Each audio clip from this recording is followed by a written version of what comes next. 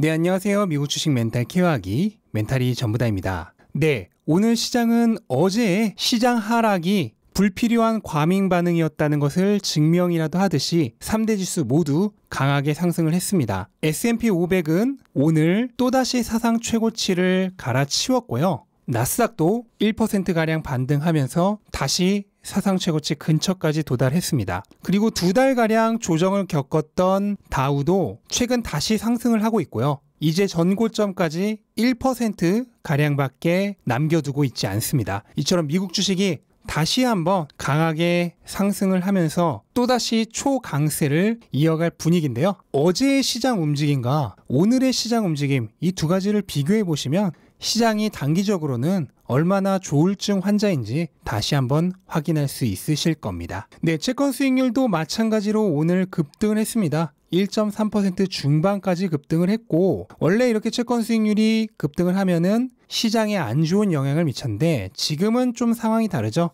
지금은 그동안 경제 전망이 안 좋다고 생각을 해서 채권 수익률이 급락을 했었는데 그게 반등을 한 것이기 때문에 오히려 시장에 좋은 영향을 미쳤습니다. 그러니까 주식시장은 평소 A가 B라 그래서 항상 A가 B인 것은 아니에요. 가끔은 A가 C인 경우도 발생을 합니다. 그게 주식시장이죠. 그리고 최근 채권 수익률 급락으로 인해 은행주들이 성적이 안 좋았었는데 오늘 다시 채권 수익률이 제자리를 찾아갈 낌새를 보이자 은행주들이 한꺼번에 강하게 반등을 했습니다. 그래서 이런 흐름이 이어진다면 은행주들도 최근 하락을 일시적인 조정으로 끝내고 다시 상승 추세를 이어갈 가능성이 높아요. 결국은 경기는 좋아지고 금리 인상은 언젠가 하게 되는 시나리오가 이미 짜여져 있기 때문에 은행주들도 추세적으로 주가가 우상향할 가능성이 굉장히 높다고 생각을 합니다. 네, 유가도 최근 급등에 따른 차익 실현 물량이 나왔었는데 그 차익 실현 물량을 다 털어내고 나니까 다시 상승 중입니다. 그래서 유가는 지금 증산 합의가 무산됐기 때문에 현재와 같은 상황이면 추세적으로 계속 상승할 수밖에 없습니다. 그렇기 때문에 오늘 에너지 관련주들이 굉장히 좋았는데요. 에너지주들도 유가의 상승 추세가 계속되는 동안은 주가 흐름이 굉장히 강할 것으로 예상이 됩니다.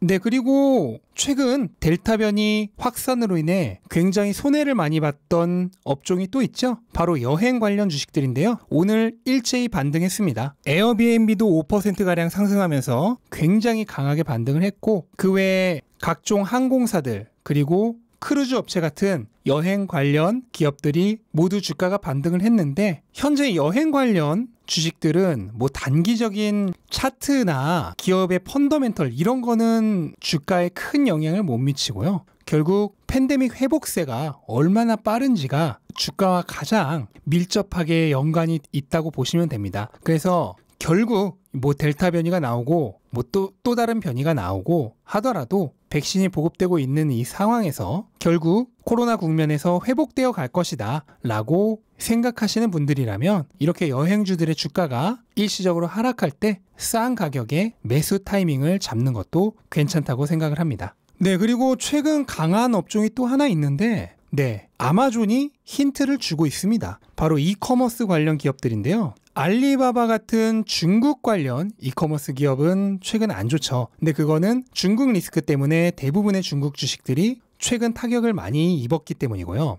그 외 다른 국가들의 이커머스 관련 기업들은 성적이 좋습니다. 동남아의 아마존이라 불리는 C도 오늘 주가가 강하게 상승을 했는데 뭐 그걸 떠나서 최근 주가 흐름이 나쁘지 않고요. $300 부근에서 일시적으로 조정을 받은 이후에 지금 다시 상승을 하고 있습니다. 그래서 이 기세라면 아마존과 마찬가지로 전고점을 뚫고 $300 이상으로 상승할 가능성이 높다고 생각을 하고요. 또 쿠팡이 오늘 강하게 상승을 했죠. 다만 차트상으로는 저항선에 강력하게 저지를 당하고 있는데 쿠팡은 얼마 전에 화재 사고가 오히려 호재가 되면서 일시적으로 고점을 뚫었었는데요. 하지만 매도 물량이 나오면서 거짓 돌파로 다시 조정을 받았죠. 하지만 한 차례 태세를 정비한 이후 다시 상승을 해서 오늘 또다시 저항선에 도전을 했는데 장중 한때는 이 저항선을 돌파했었는데 결국 종가상으로는 저항선에 정확히 다시 한번 걸렸습니다. 그래서 이번 방직턱은 제대로 넘어갈지 아니면 다시 한번 거짓 돌파로 끝날지는 조금 더 지켜볼 필요는 있습니다. 그래서 지금 아마존의 힌트를 얻어서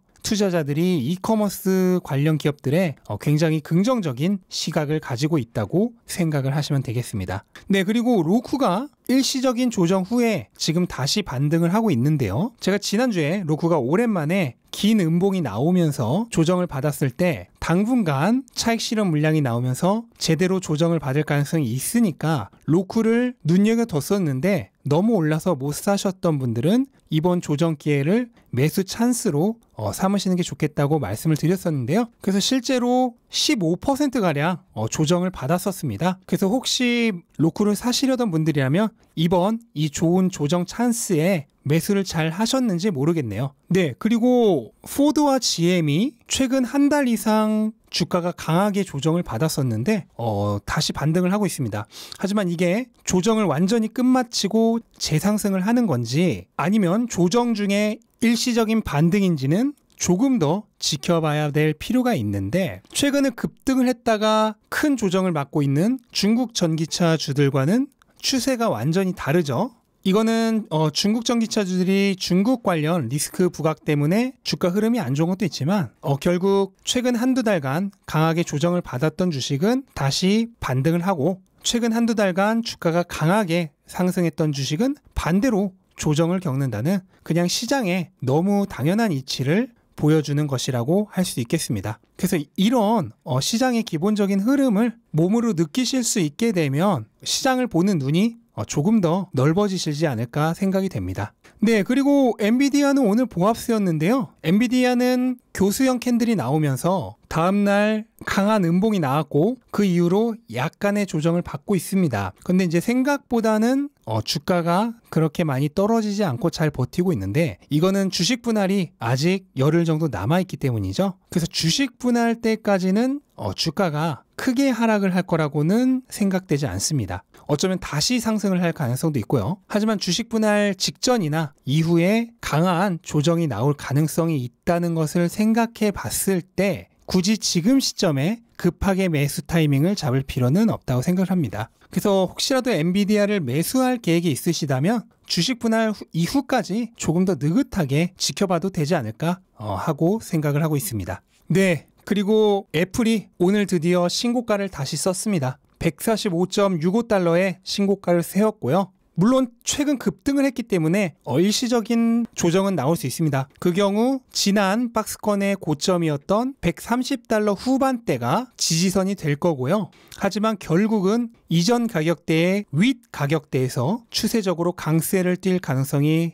굉장히 높다고 생각을 합니다. 그리고 지금 빅테크들이 전반적으로 다 실적 발표 기대감에 주가가 강한데요. 이 흐름을 이어가기 위해서는 필수 조건이 있습니다. 이거는 애플뿐만 아니라 다른 아마존이나 모든 빅테크 주식에 공통적으로 해당하는 사항인데 이번 실적 발표에서 좋은 결과 그리고 좋은 가이던스를 제시한다는 전제 하에서입니다. 만약 실적 발표가 굉장히 실망스러울 경우 다시 이전 박스권으로 돌아갈 가능성도 존재한다고 생각을 합니다. 그렇기 때문에 이번 7월 말에 있을 실적 발표가 이들 빅테크 기업의 향후 주가 향방을 결정짓는 굉장히 중요한 이벤트가 되겠습니다.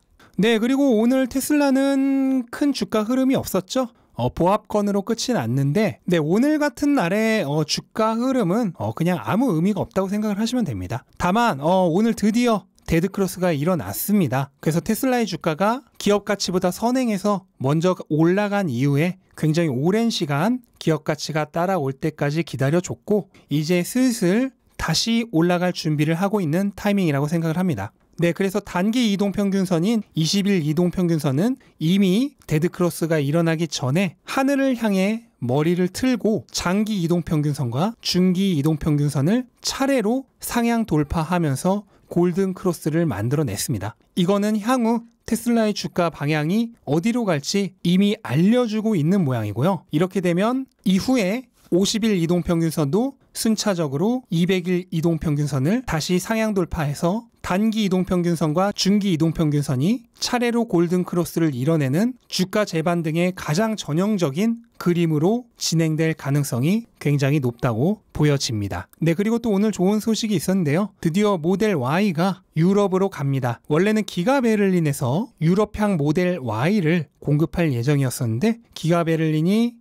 독일의 환경단체들의 불합리한 태클로 지금 승인이 계속 지연되고 있죠. 그로 인해 올해 말이나 내년 초에 기가 베를린이 오픈될 것으로 예상이 되기 때문에 우선은 기가 상하이의 모델 Y를 유럽으로 수출할 예정입니다. 그래서 물량은 8월부터 배송이 될 예정이고요. 이렇게 되면 이미 모델 3가 유럽의 각 국가에서 최고 베스트셀러 전기차로 등극을 해 있고 유럽 내 모델 3의 판매량이 다시 급증하고 있는 추세에서 이제 모델 Y가 그런 테슬라의 유럽 강세에 불을 지필 것으로 생각이 됩니다. 그리고 기가 상하의 모델 Y가 한번 불을 지펴놓으면 내년에는 기가 베를린의 모델 Y가 등장하면서 게임을 정리해버리지 않을까 생각이 됩니다. 네, 이렇게 이번 주 마지막 거래일을 한번 정리를 해봤고요. 주말 전에 시장이 좋으면 저는 언제나 기분이 좋습니다. 제 영상을 보시는 많은 분들도 기분 좋게 주말을 맞이하실 거라고 생각을 하며 영상을 만들 때도 굉장히 마음이 편합니다. 그래서 어제 시장이 안 좋아서 좀 불안했는데 오늘 이렇게 시장이 좋게 마무리가 돼서 정말 다행이고요. 다들 행복한 주말 보내셨으면 좋겠습니다. 네, 이상으로 영상 마치겠습니다. 영상 도움되셨다면 구독과 좋아요 부탁드리고 다음 주에 다시 찾아뵙도록 하겠습니다. 감사합니다.